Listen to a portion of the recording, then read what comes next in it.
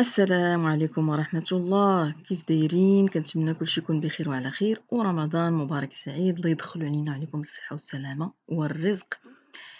غبرنا عليكم شي شوية لظروف خاصة نستسمح، ورجعنا بهاد الهميزة الرائعة، هاد الفيلا الفاخرة صراحة من الطراز الرفيع. هي جات في النواحي ديال مراكش، راه داخلة في المجال الحضري، ما بعيداش بزاف على المدينة، تقريبا كيلومتر 7. فيلا الصراحة فاخرة، مجهزة، مصلوحة، وكلشي التجهيزات والإصلاحات ذات جودة عالية، يعني ماركات عالمية. نتوما غادي تشوفوا الصور، تبعوا الفيديو حتى الأخير.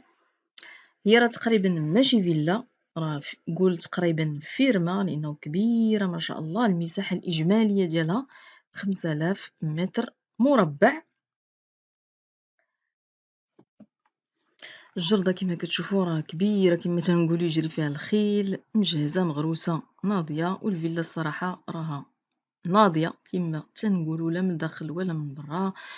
كاين غرف كتيرة، صالونات، كاين صالونات يعني زجاجية كتطلع على المسبح والحديقة. تجهيز كما قلت سابقا ما كاين ما نقول، من الطراز الرفيع. بالنسبة اللي عجبته الفيلا، للطلب، تواصل، الاستفسار، معلومات أو تحديد موعد لزيارة في عين المكان، ما عليكم إلا تواصلوا على رقم الهاتف اللي كيبان لكم قدامكم أسفل الشاشة. والفيلا راه فعلا روعة بمكان، وكتستاهل الثمن اللي طالب فيها مولاها. كيطلب فيها 1,600,000، وراه ممكن يتفاهم.